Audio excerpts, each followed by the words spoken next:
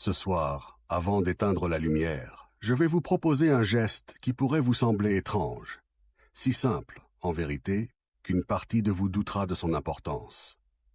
Pourtant, ces 3 chiffres que vous allez tracer sur votre paume ont été découverts dans les marges d'un manuscrit hébraïque du XIIe siècle, à côté de cette phrase.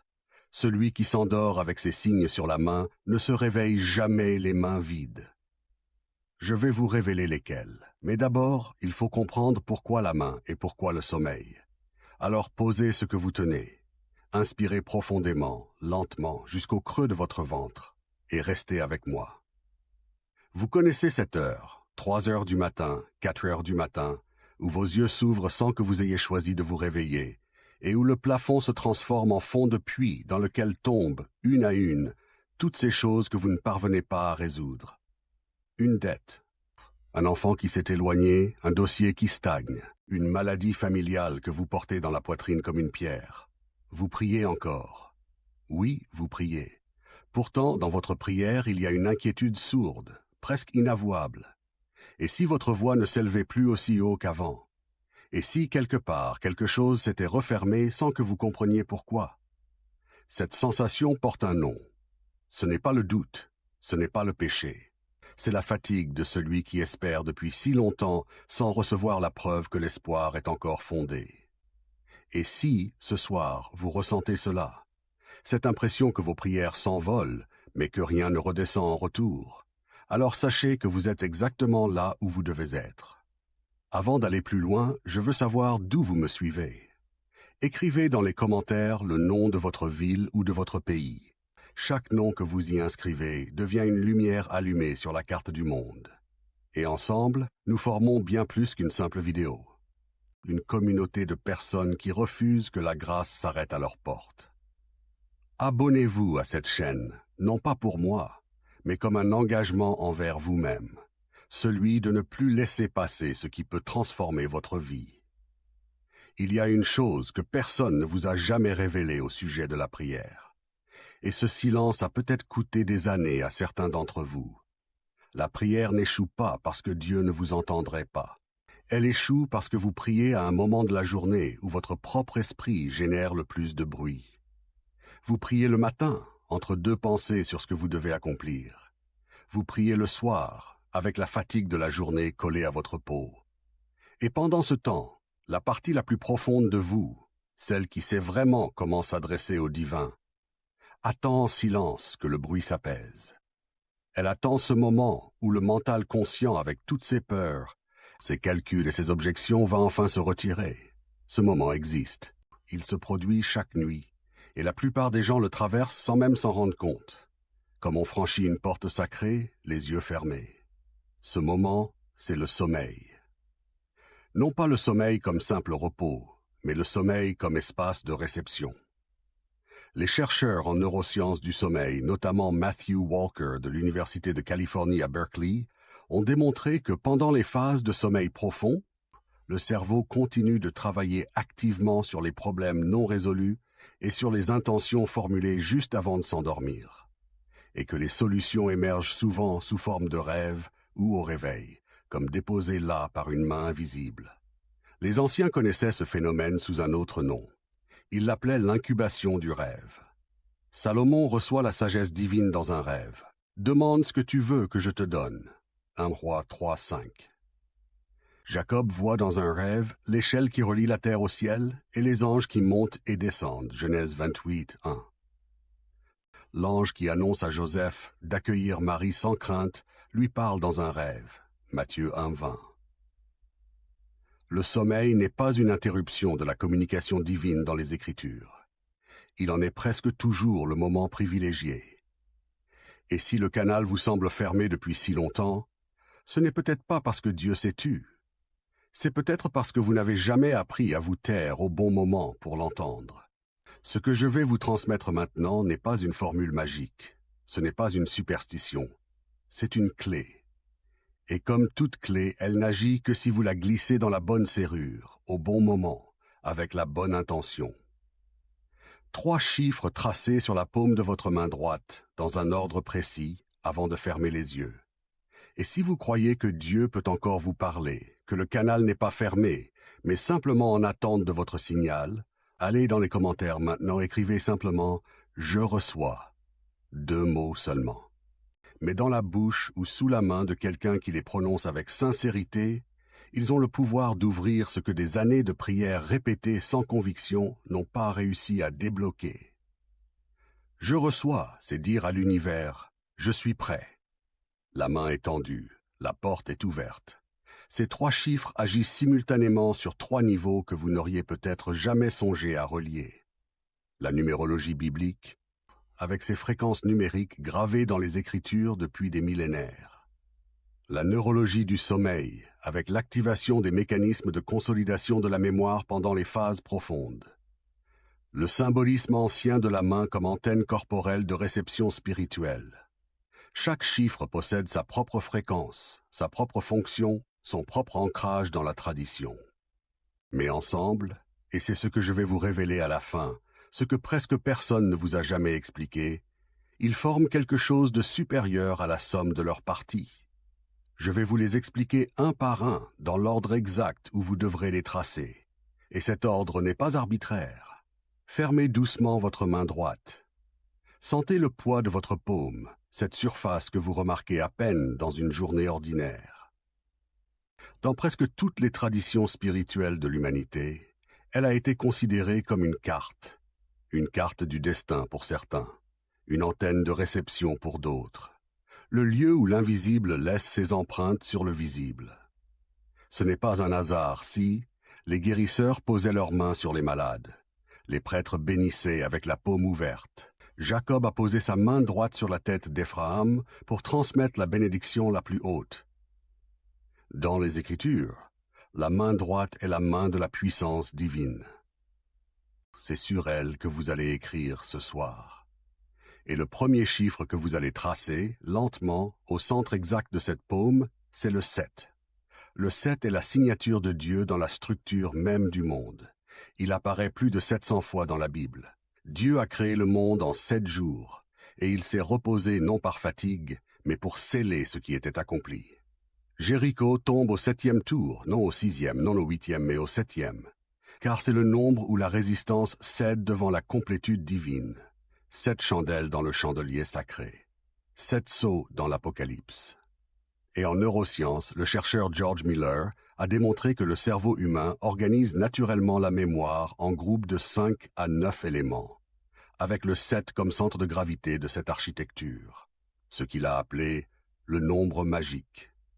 Tracer le 7 sur votre paume, c'est encoder une intention dans un format que votre cerveau est structurellement programmé pour reconnaître et retenir pendant le sommeil. Tracez-le lentement, avec l'index de votre main gauche ou avec un stylo à encre. Retenez votre souffle pendant tout le tracé, puis expirez une seule fois, profondément, quand le chiffre est achevé. Comme si vous veniez de poser la première pierre de quelque chose. La plupart des gens qui essaient des pratiques comme celle-ci n'obtiennent que des résultats partiels. Et la raison est presque toujours la même. Ils omettent le 3e élément, comme une prière à laquelle il manquerait la conclusion. Restez avec moi, car ce que je vais vous dire maintenant change la nature de ce que vous venez de tracer. Le 2e chiffre est le 3, et vous allez le tracer immédiatement à droite du 7, sans lever le doigt, sans interruption.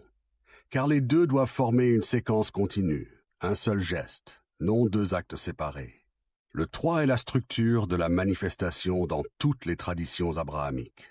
Le Père, Lus et le Saint-Esprit. Le passé, le présent, le futur, le début, le milieu, la fin. Un point seul, c'est la solitude. 2 points, c'est la tension. 3 points créent un plan, la première géométrie capable de contenir quelque chose à l'intérieur. Vous tracez le 3 pour créer l'espace où ce que vous demandez pourra se poser. Comme les 3 pieds d'un tabouret. 2 pieds et il tombe même sur un sol parfait. 3 pieds et il tient debout même sur un sol inégal. Maintenant, avant de vous révéler le 3e chiffre, celui qui change tout, je veux vous raconter une histoire vraie. Maria avait 51 ans et vivait à Rio de Janeiro. Elle avait prié pour son fils pendant 11 ans. Un homme intelligent, travailleur, qui un soir avait basculé dans une dépendance à l'alcool sans jamais vraiment retrouver l'équilibre. Elle allait à la messe chaque dimanche. Elle allumait des bougies. Elle récitait les mêmes prières que sa mère lui avait enseignées, avec les mêmes mots, dans le même ordre, et rien ne changeait. Un soir, elle a dit ne pas savoir pourquoi ce soir-là et pas un autre. Elle avait entendu parler d'écrire des chiffres sur la main avant de dormir. Elle n'y croyait pas. Elle avait passé sa vie à se méfier de ce qu'elle appelait des superstitions. Mais ce soir-là, elle était trop épuisée pour résister à quoi que ce soit. Elle a pris un stylo, elle a tracé 3 chiffres sur sa paume, elle a posé sa main sur sa poitrine, sur son cœur, et pour la première fois en 11 ans, elle a prononcé une prière qu'elle n'avait jamais formulée auparavant. Pas une demande, pas une supplique, juste 4 mots. Je te fais confiance. Elle dit avoir dormi cette nuit-là d'une manière qu'elle n'avait pas connue depuis des années, profondément, sans se réveiller à 3 heures du matin. Et dans ce sommeil, elle a rêvé de son fils enfant, non pas de l'homme brisé de 41 ans, mais du garçon de 7 ans, qui lui demandait de lui lire des histoires. Elle s'est réveillée les joues mouillées, avec une paix qu'elle ne savait décrire que comme quelque chose qui s'était dénoué en elle. 3 semaines plus tard, son fils a appelé pour dire qu'il voulait tenter une cure de désintoxication. Il n'avait jamais demandé d'aide de lui-même auparavant. Maria ne dit pas que les chiffres ont guéri son fils. Elle dit que les chiffres l'ont aidé, elle, à lâcher prise sur ce qu'elle portait seule depuis 11 ans. Et quand elle a lâché prise, quelque chose de plus grand a pu entrer. Si vous n'êtes pas encore abonné à cette chaîne, c'est le moment de le faire. Et si vous l'êtes déjà, activez la cloche pour ne manquer aucun des enseignements à venir. Car celui qui honore la connaissance reçue est toujours le premier à recevoir ce qui vient ensuite. Le 3e chiffre est le 1. Vous le tracez en dernier, à droite du 3, pour que la séquence complète se lise 731, gauche à droite. Le 1 est le chiffre de Dieu dans le monothéisme. Écoute, Israël, l'Éternel, notre Dieu, est un. Deutéronome, il est la cause sans cause, le commencement de toute chose. Et il possède une propriété unique que nul autre chiffre ne possède. Multiplié, il ne change rien. Divisé, il reste lui-même. Il est immuable, inaltérable. Vous tracez le 1 pour rappeler à votre âme que Dieu est là même dans l'obscurité. Comme la première lueur qui perce un rideau fermé, elle n'illumine pas la pièce entière, mais elle indique que derrière le rideau, le jour existe. Une fois les 3 chiffres tracés, fermez doucement votre main en pointe. Maintenez-la fermée pendant 3 secondes, puis ouvrez-la, posez-la sur votre poitrine, sur votre cœur, et dites à voix haute ou dans un souffle que ta volonté soit faite. Ce que je viens de vous expliquer est ce que la plupart des gens retiendront de cette vidéo. Mais ce n'est pas l'essentiel. La partie la plus importante, c'est ce que ces 3 chiffres forment ensemble, et personne ne vous en a jamais parlé ainsi. Tendez votre main droite devant vous. Regardez votre paume. Regardez-la vraiment. C'est sur cette surface que tout va commencer ce soir.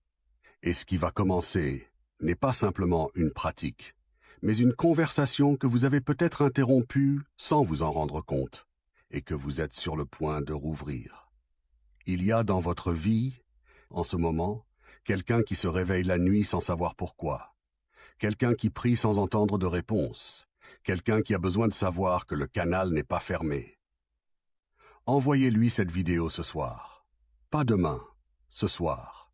Car nous ne savons jamais quelle nuit sera celle qui change tout. Et si vous pouvez être la raison pour laquelle quelqu'un dormira différemment cette nuit, alors vous aurez accompli quelque chose que les anges remarquent. 7 plus 3 plus 1. Faites ce calcul maintenant en silence. Le résultat est 11. Et le 11 n'est pas un nombre ordinaire. Dans les traditions kabbalistiques et dans la numérologie biblique avancée, le 11 est le nombre maître du portail, le passage entre 2 états, le seuil où l'humain touche au divin.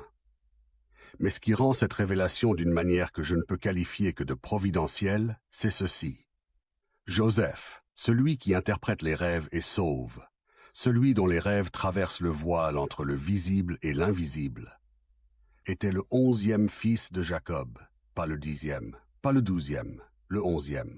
Tracer 731 sur votre paume avant de dormir, c'est inscrire symboliquement un appel à cette même faculté. Recevoir, pendant le sommeil, un message qui change le cours des choses. Ce n'est pas une coïncidence. Les coïncidences de cette densité n'existent pas. Pourtant, il y a une erreur que presque tout le monde commet, et cette erreur transforme le rituel en un geste vide. Certains tracent les chiffres rapidement, distraitement, comme on coche une case sur une liste. D'autres les tracent dans le bon ordre, mais avec l'esprit ailleurs, en pensant à ce qu'ils feront demain, en regardant leur téléphone, en laissant la télévision allumée dans la pièce d'à côté. Et d'autres encore tracent les chiffres, posent la main sur leur poitrine et prononcent les mots. Mais au fond d'eux-mêmes, ils attendent que cela échoue. Ils participent au rituel avec un pied dehors, comme quelqu'un qui entre dans une église en regardant déjà vers la sortie. Ce rituel n'est pas un outil de contrôle. Ce n'est pas une formule qui oblige Dieu à agir. C'est un acte d'abandon. Maria ne dit pas que les chiffres ont guéri son fils. Elle dit qu'ils l'ont aidé, elle, à lâcher prise. Et c'est précisément là que réside le pouvoir. Non pas dans les chiffres eux-mêmes, mais dans ce qu'ils rendent possible quand vous les tracez avec la totalité de votre être, sans réserve, sans calcul, sans filet de sécurité. 4 mots suffisent. Je te fais confiance. Vous portez maintenant quelque chose que vous n'aviez pas il y a 20 minutes. Pas une technique, pas une information de plus à ajouter à la liste de ce que vous savez déjà. Vous portez une compréhension, celle que le sommeil n'est pas une interruption de votre vie spirituelle, mais son moment le plus puissant. Que le canal n'est pas fermé, qu'il attendait simplement que vous appreniez à vous approcher de lui autrement. Que 3 chiffres tracés sur une paume, avec intention, avec abandon, avec les mots justes posés sur le cœur, peuvent ouvrir ce que des années d'attente silencieuse n'avaient pas encore réussi à ouvrir. Ce soir, vous n'irez pas vous coucher comme les autres soirs. Vous irez vous coucher avec une main préparée et une âme qui a dit oui. Vous n'avez pas besoin que tout soit résolu ce soir. Vous n'avez pas besoin d'une preuve immédiate, d'un signe visible dès demain matin, d'une réponse qui arrive avant même que vous ayez fini d'ouvrir les yeux. Vous avez simplement besoin de vous endormir avec la conviction que quelqu'un veille pendant que vous vous reposez. Que ce que vous portez seul depuis trop longtemps peut, cette nuit, être déposé dans des mains plus grandes que les vôtres. Cette nuit, puis 7 nuits consécutives, avec les mêmes chiffres, le même geste, les mêmes mots. Et si vous connaissez quelqu'un qui se réveille la nuit sans savoir pourquoi, quelqu'un dont vous savez qu'il porte une pierre dans la poitrine qu'il n'a jamais nommée à voix haute, envoyez-lui cette vidéo ce soir. Soyez la raison pour laquelle quelqu'un dormira différemment cette nuit, car c'est un acte de lumière, et les actes de lumière, même les plus discrets, laissent une trace que l'obscurité ne peut effacer. Avant de quitter cette vidéo, faites une dernière chose. Allez dans les commentaires et écrivez cette phrase. Copiez-la exactement, mot pour mot, comme vous la signeriez de votre propre main. Je porte la main de Dieu dans ma paume, et je dors dans sa paix ce soir. Amen. Ce n'est pas un simple commentaire. Ce n'est pas un geste pour l'algorithme, ni une réaction parmi d'autres. C'est votre déclaration pour cette nuit. C'est l'ouverture officielle de vos 7 nuits. Et les déclarations que nous écrivons avec intention, que nous déposons dans le monde avec la totalité de ce que nous sommes, ont une manière de traverser le voile que les pensées silencieuses n'ont jamais eue. Celui qui écrit cette phrase a déjà commencé. Le rituel ne commence pas lorsque vous fermez les yeux. Il commence ici. Votre main est prête, votre cœur est prêt. Vous n'avez plus rien à résoudre ce soir. Seulement quelque chose à remettre. Tracez les 3 chiffres lentement, fermez la main en pointe pendant 3 secondes. Posez votre paume sur votre poitrine et dites, dans un souffle ou à voix haute, les mots que vous connaissez désormais. Puis laissez Dieu faire ce que vous n'avez jamais su faire. Parlez pendant que vous dormez, tisser pendant que vous vous reposez, ouvrir pendant que vous lâchez prise. Bonne nuit.